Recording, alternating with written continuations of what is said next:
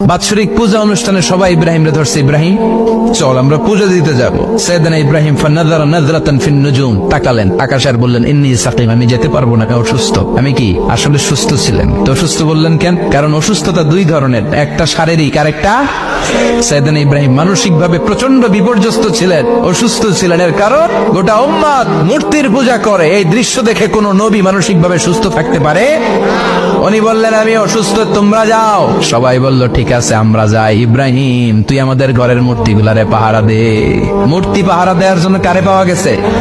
সাইয়েদনা ইব্রাহিম কয় ঠিক আছে আজকে পাহারা দি, মুজাম্মের পাহারা, যা তোরা দিতাছি, পাহারা দিতেছি যা। এইবার সাইয়েদনা ইব্রাহিম মূর্তির ঘরে ঢুকলেন, দেখেন কি সুন্দর কথোপকথন আল্লাহ তুলে ধরলেন। আল্লাহু আকবার। মূর্তির ঘরে, দেবীর ঘরে ঢুকে উনি ঘুরে ঘুরে তাকায়, দেখে একটা এমনি হাত আর একটা ব্যাগ করে 14-15টা হাত নিয়ে তাকায় আছে। উনি সবগুলোর সামনে এভাবে তাকায় আছে, দেখে এক একটা এক এক চেহারা, একটা হাতির গণেশ স্টাইলের, আরেকটা এরকম, আরেকটা নারীর, আরেকটা বাঘের, আরেকটা তলোয়ার নিয়ে আইতাছি কোপায় ফেলাবে আছে না নাই। সবগুলোর সামনে যায়, যে দেখে আর অবাক হয় কত ধরনের খোদার কাছে এরা কত কিছু চায়। আর যে দেখে প্রত্যেকটার সামনে ডেজার্টস আইটেম, মিষ্টান্ন, এক একটার সামনে রসমালাই, এক একটার সামনে কালো জাম, লাল জাম, রসগোল্লা, চামচাম, দুধ মালাই, মালাই চপ আছে না নাই।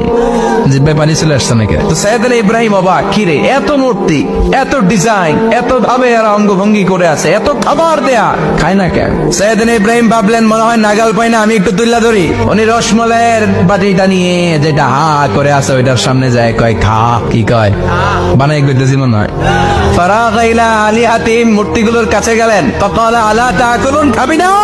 খাবি না ধরে আমি কিছু খা, কোরআন থেকে বলছে ঠিক কিনা? উনি ভাবলেন ওরা হয়তো খেতে পারে না, নাগাল পাচ্ছে না, কিংবা আমারে দেখে লজ্জা পাচ্ছে। নিচ থেকে রসমালাইয়ের বাটি তুলে ধরলেন, উনি বললেন খা, আর ওগুলা কয় হা হা করে নিচ্ছে, নড়েও না সরেও না। উনি মুখের সামনে তুলে ধরে বললেন আলা তাকুলুন, খা।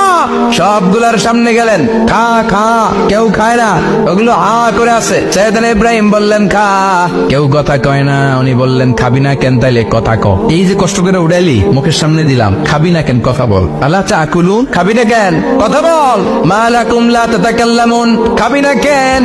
মা লাকুম লা তানতিকুন, হয় খা নাই কথা ক। বলতেই লাগলেন খা খা, প্রত্যেকটা মূর্তির সামনে গেলেন, খা। ওগুলো করে আছে আ, কোনো কথা কয় না। কয় কেন খাবি না? তাইলে কথা ক। খায়ও না, কথাও কয় না। আপনার ছেলে বায়না ধরছে আব্বা চানাচুর দাও, কি খাম? চানাচুর কিনে দিলেন, এই নে চানাচুর। এখন চানাচুর খায় না, কিরে বাপ খাবি না কেন? কথাও কয় না, খায়ও না, কথাও কয় না। এখন বাকি আছে কোনটা? কথা কর। ফারাগা আলাইহিম দারবাম বিল ইয়ামিন, ডান হাতে কুপানো শুরু করলেন, ইচ্ছা মতো খুশি কিল মারতে মারতে মূর্তিগুলার সাইজ। ফারাগা আলাইহিম দারবাম বিল ইয়ামিন, এক একটা নবীর হাতে জান্নাতি শক্তি দিয়েছে কে? খা নাইলে কথা ক। খায় না, কথাও কয় না, বাকি আছে মায়ের। মারতে শুরু করলেন, মারতে মারতে সব শেষ। তারপরে খুঁজে পেলেন একটা কুড়াল। কি পেলেন? কুড়াল দিয়ে মারতে আরো সুবিধা, খালি এটারে এভাবে মারে ওইভাবে মারে। মারতে মারতে যতগুলো মূর্তি ছিল সবগুলো মেরে বড় মূর্তিটার গায়ে মারতে যাবে, in the meantime stop, কয় না এটারে মারো না। ফাজআলাহুম জুদাদান, সবগুলারে টুকরা টুকরা, ইল্লা কাবীর আল্লাহুম, বড়টা ছাড়া ওইটারে রেখে দিলেন। আর বুদ্ধি করে কুড়ালটারে বড়টার কান্দে ঝুলাইয়া দিলেন, বড় মূর্তিটার কাদের মধ্যে ঝুলাই দিলেন। ঘটনাটা সুন্দর হয়েছে না? কেমন যেন মনে হয় এটা কুপাইয়া দাঁড়া রয়েছে বাবার বেটার মতো। বড় পূজার শেষ, পূজার দিন কোন শেষ? বিকেল বেলা পূজা মণ্ডপ থেকে সব এসে দেখে সর্বনাশ।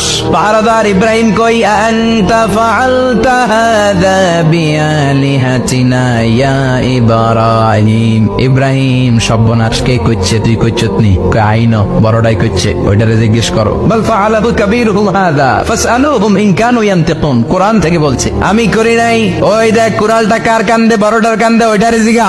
সবাই কয় খাইছে। সবাই বলে ইব্রাহিম তুমি কি জানো না এগুলো কথা বলে না?